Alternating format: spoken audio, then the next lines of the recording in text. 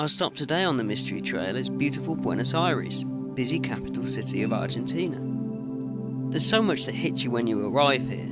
Endless markets that thankfully have escaped the tourist tap trap, protests that spring up seemingly out of nowhere and engulf block after block, and the world's second most beautiful bookshop, but importantly not the first, that's in the Netherlands. It's a fascinating place with lots to offer anyone who cares to visit.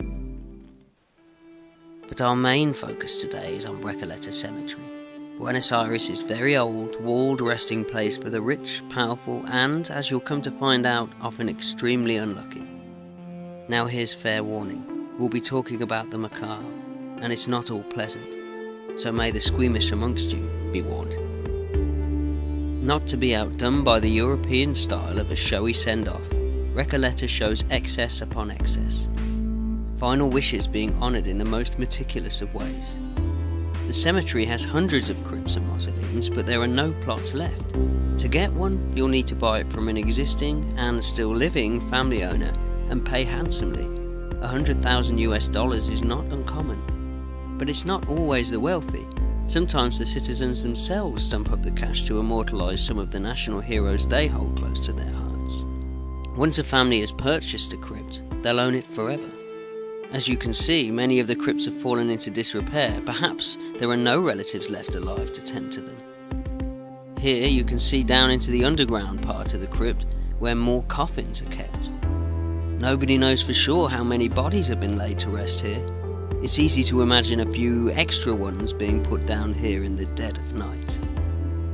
Perhaps the cemetery's most famous inhabitant is Eva Perón, also known as Evita, who became popular as the wife of President Juan Perón and, among other things, pushed for votes for women in Argentina.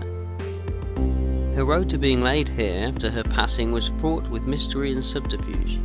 Upon her death, 8 people were killed in the crush of crowds trying to see her.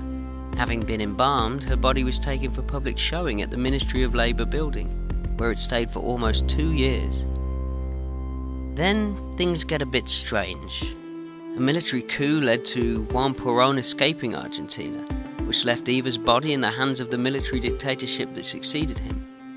Then she disappeared for 16 years.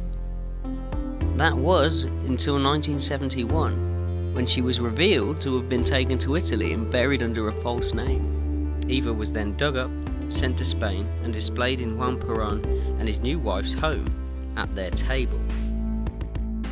When Juan Perón died in 1974, she was returned to Argentina and buried next to him, but even that was not her final resting place. These days, as far as we know, she is with her family in their mausoleum.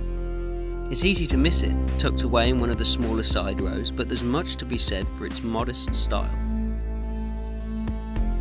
Rufina Cambaceres was buried here in this beautiful mausoleum in 1902.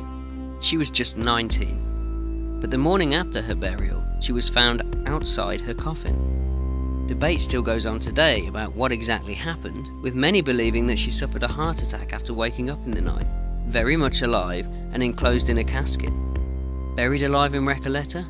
Possibly so. Worryingly, this is not an isolated incident. There are numerous reports throughout history of similar events around the globe, so much so that people took to the technology of the time to prevent them from being victims of the same fate. Bells, ropes and alarms could be installed to alert someone above ground if anyone was to wake up from their eternal slumber prematurely. Employment of technology didn't end there either. To prevent explosions and coffin lids popping off haphazardly, vents could be installed in both coffin and crypt to release unwanted gas. How pleasant. It's advised that you should visit the grave of Liliana Cruciati de Sazac before leaving. Passing away in an avalanche whilst on her honeymoon in 1970, in memoriam Liliana is shown standing with her faithful hound Sable. Rubbing the dog's nose is supposed to dispel any bad vibes you may have picked up whilst on your visit. Why mess with tradition? We're not going to risk it. We feel much better now. That about wraps up today's stop on the Mystery Trail.